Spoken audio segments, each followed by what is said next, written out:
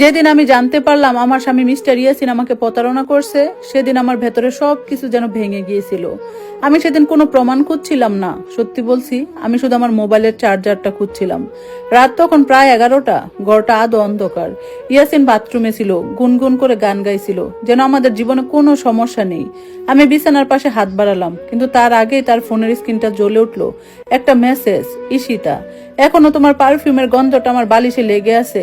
সেই একটা লাইন আমার দুনিয়া থামিয়ে দেওয়ার জন্য যথেষ্ট ছিল। আমার শ্বাস নিতে কষ্ট হচ্ছিল। আমি জানতাম এটা দেখা উচিত না, কিন্তু 9 বছরের সংসার, নিজের সব স্বপ্ন ছেড়ে তার পাশে দাঁড়ানো আমি নিজেকে থামাতে পারলাম না। আমি ফোনটা খুললাম, আর তারপর যা দেখলাম তা আমাকে ভেতর থেকে শেষ করে দেওয়ার জন্য যথেষ্ট ছিল।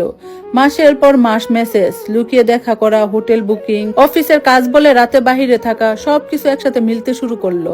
আমার স্বামী অন্তত 6 মাস ধরে অন্য এক মেয়ের সাথে সম্পর্ক করছে। ঠিক তখন ইয়াসিন বাথরুম থেকে বের হলো, কোমরে গামছা, মুখে সেই স্বাভাবিক ভাব, কিন্তু আমাকে তার ফোন হাতে দেখে সে থেমে গেল। আমি ভেবেছিলাম সে হয়তো লজ্জা পাবে, ক্ষমা চাইবে, কিন্তু না, সে বিরক্ত হলো। তুমি আমার ফোন ঘেটেছো? সে রেগে উঠলো। আমি ধীরে শুধু একটা প্রশ্ন করলাম, কতদিন ধরে? সে একের পর এক কথা বলতে লাগলো, তুমি আগের মতো নেই, সবকিছু খুব জটিল, আর কোনো মানে নেই। আমি শুনছিলাম, কিন্তু প্রতিটা শব্দ আমাকে ভেঙে দিচ্ছিল। আমি বললাম, আমাকে দোষ দেওয়া বন্ধ করো, আমি সব জানি। যখন আমি ঈশিতা নাম বললাম, তার চোখের চাহনি বদলে গেল, অপরাধ বোধ হারিয়ে গেল, শুধু রাগ।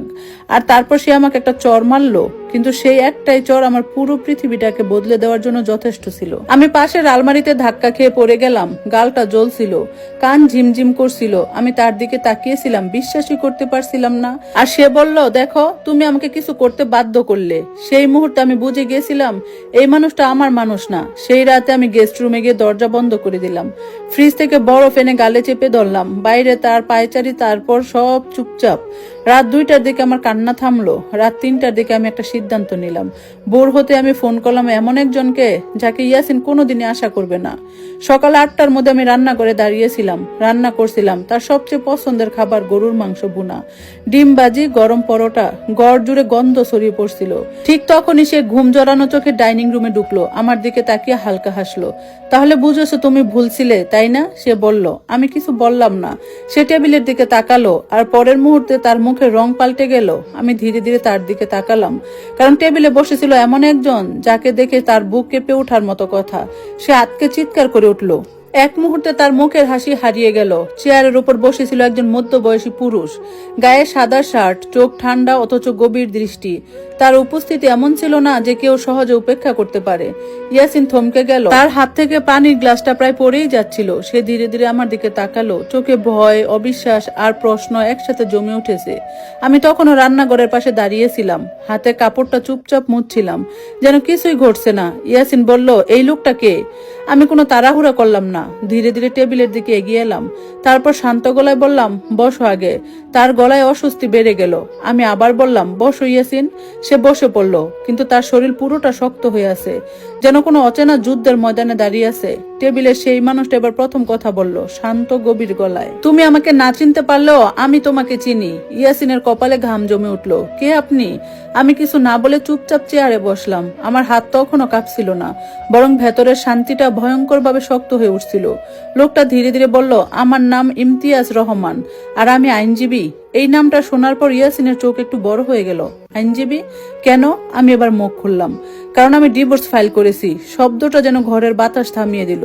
ইয়াসিন আমার দিকে তাকিয়ে রইল। কয়েক সেকেন্ড সে কিছু বলতে পারলো না, তারপর হঠাৎ করে হেসে উঠল। ডিভোর্স? তুমি সিরিয়াস? তুমি আমাকে ছেড়ে দিবে? তার হাসির মধ্যে অবিশ্বাস আর অহংকার দুটোই ছিল। আমি শান্ত গলায় বললাম, না ইয়াসিন, আমি তোমাকে ছেড়ে দিচ্ছি না, আমি তোমাকে তোমার বাস্তবতার মুখোমুখি করছি। তার হাসি ধীরে ধীরে মিলিয়ে গেল। ইমতিয়াজ এবার একটা ফাইল টেবিলে রাখলো। এগুলো গত 6 মাসের প্রমাণ, hotel booking, bank transfer, message, screenshot, সবকিছু। ইয়াসিন ফাইলের দিকে তাকালো না, বরং আমার দিকে তাকিয়ে রইল। তার চোখে এবার রাগ। তুমি আমার ফোন হ্যাক করেছো? আমি শান্তভাবে বললাম, আমি কিছু করিনি, তুমি নিজেই সব খুলে দিয়েছো। তার মুখ লাল হয়ে উঠলো। তুমি আমার বিরুদ্ধে এসব করছো? আমি উঠে দাঁড়ালাম। না ইয়াসিন, আমি নিজের বিরুদ্ধে থাকা মানুষটাকে শেষ করছি। যে আমি এতদিন ছিলাম। ঘরের ভেতরে এক ধরনের ভারী নীরবতা নেমে এলো। ইমতিয়াজ বলল, আপনার বিরুদ্ধে শুধু ডিভোর্স না, মানসিক ও শারীরিক নির্যাতনের মামলা হচ্ছে। এই কথাটা শোনার সাথে সাথে ইয়াসিন চেয়ার থেকে উঠে দাঁড়ালো। কি বলেন? তার কণ্ঠস্বর এবার কাঁপছে। আমি কোনো নির্যাতন করিনি। আমি এবার তার চোখের দিকে তাকালাম। সেই চরটা মনে আছে? তার মুখ থমকে গেল। তুমি বলেছিলে আমি তোমাকে বাধ্য করেছি। সে কিছু বলতে পারলো না। আমি ধীরে ধীরে বললাম, সেই এক চর শুধু আমার গালে লাগেনি ইয়াসিন, সেটা আমার সব সহ্য শক্তি শেষ করে দিয়েছে। ইয়াসিন টেবিলে হাত মারলো। সব নাটক, তুমি আমাকে ফাঁসাতে চাও। ইমতিয়াজ শান্ত গলায় বলল, এটা নাটক না, এটা ডকুমেন্ট কেস। ইয়াসিন আবার আমার দিকে এগিয়ে এলো। তুমি এটা করতে পারো না, আমি তোমার স্বামী। আমি তার চোখে চোখ রাখলাম। ছিলে, এই শব্দটাই যথেষ্ট ছিল। ঘরটা আবার চুপ হয়ে গেল। ইয়াসিন যেন কিছু সময় থমকে দাঁড়িয়ে রইল। তার চোখে এবার শুধু রাগ নয়, ভয়ও ছিল। কারণ সে বুঝতে শুরু করছিল এটা সাধারণ ঝগড়া না, এটা পরিকল্পনা। সে আমার দিকে তাকিয়ে রইল। তুমি সব পরিকল্পনা করে করছো?